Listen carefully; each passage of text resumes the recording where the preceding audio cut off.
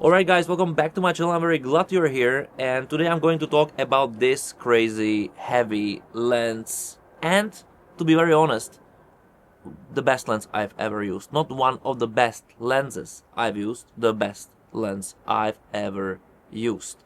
And I didn't believe that a lens can make such a huge difference when you already are using quality lens and you tried many lenses, also from Lumix, also from Sigma, but this one is extremely special. As I talked to the guys from Lumix, they said zero compromise was done on this lens because they wanted to have something like a reference lens. Alright, but let's talk about how this review will go, right? Because you can of course hear many reviews on YouTube. You can read them also with so many technical aspects. I will read them, of course, but this is nothing I really care about that much because I don't understand really what 11 of Lamels means or what aspheric. I don't know these technical details. I really don't know. So this is not a channel for you if this is what you care about. I will talk about my feelings using this lens extensively because I'm using it already for like 4 months, 3 months maybe, since I was reviewing Lumix S1 2E and having this paired with this lens very oftenly. And since then, I don't want to get it off my S5 2X and also S1 R2, which is the perfect match, of course, because of the quality of the camera for photography especially, and quality of this lens. Now, this sounds like I'm biased, right? That Lumix gave this to me and said, hey, just talk positive about it, but it doesn't work this way. And actually, I'm not this kind of a person. I wouldn't talk about it positively if I'm not very over the moon. But the fact is that this is my prime lens. Not prime because it's a prime 50, but also prime for me as a photographer for almost every single work I do. And I even use it for video extensively because this is the best lens I want to use. And I'm only taking it off when I want to do something different, something else creatively different, what 50mm basically cannot do. I don't know, if I use 24mm for photography, it creates a very special effect, distortion, whatever, which I need for my photography. I cannot really do it with 50, so this is the only reason when I'm changing it. Otherwise, I'm using this 99% all the time. Even when I go and you see my vlogs on the streets, I'm using this for street photography. And I know this is not very practical thing because it weighs 955 grams, which is heavy, and it's not very practical for one-hand shooting, right? Like this. Okay, but the quality is somewhere else, and I never was the guy who would really feel that something can be such a jump in quality difference. It's first of all so sharp that sometimes it can be also like a weakness of it, you know. It's too sharp, especially with combination with S1R2, but this can be, you know, cancelled by post-production, which I'm doing sometimes because when the lady is wearing like a heavy makeup or something, you see everything. You cannot avoid it and you see it immediately. This is one thing what I really love on this camera, that you already see the output of it from the source when you're taking the picture. When you never use this, I will put it this way: when you never use it and you for the first time put this lens on, and you see through the viewfinder or just from the screen, you are like, okay, there is something special about it. This is new. This is new. And even though this lens is not new and it's on the market for several years, there is no match for it. Zero compromise was made on this, and I can tell. What I like on it is this construction. Okay, it's heavy. This is a weakness for certain people. If you want a light setup, this is not a lens for you because it really has almost one kilogram of weight, which you will get used to very eventually, especially because you just don't want to get it off.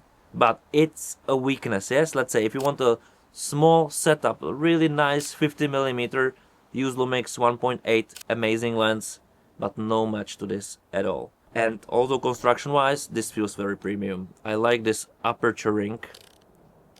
I really like this aperture ring where you can change the aperture basically. You can put it of course on A, you can hear the click.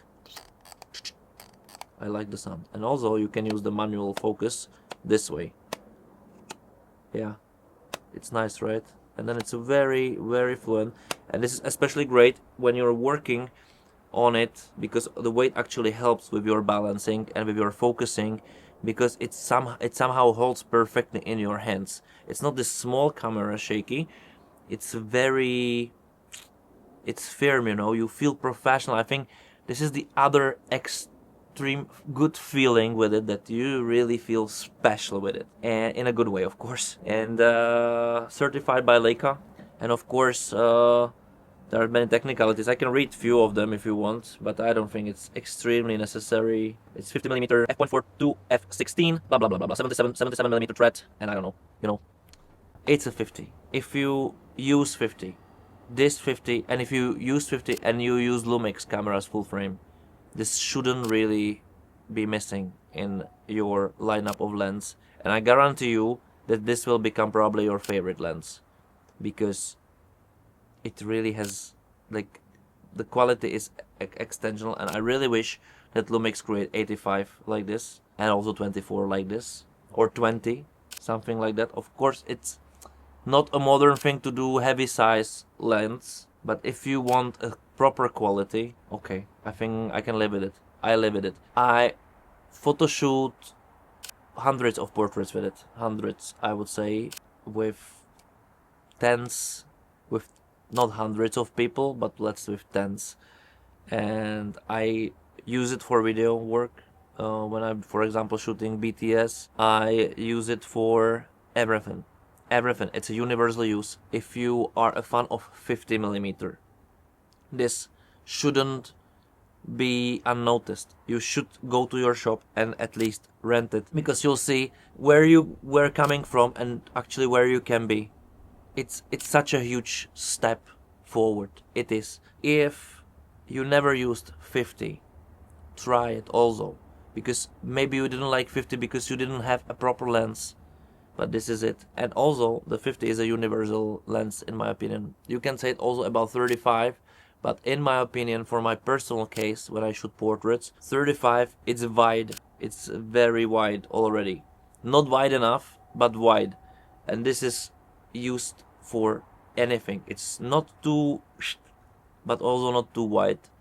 It's not narrow.